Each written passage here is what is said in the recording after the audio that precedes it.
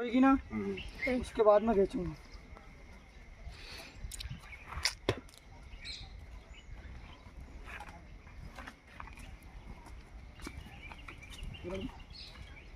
वाटली जाऊ दोरीची यंत्र आपण असं मात्र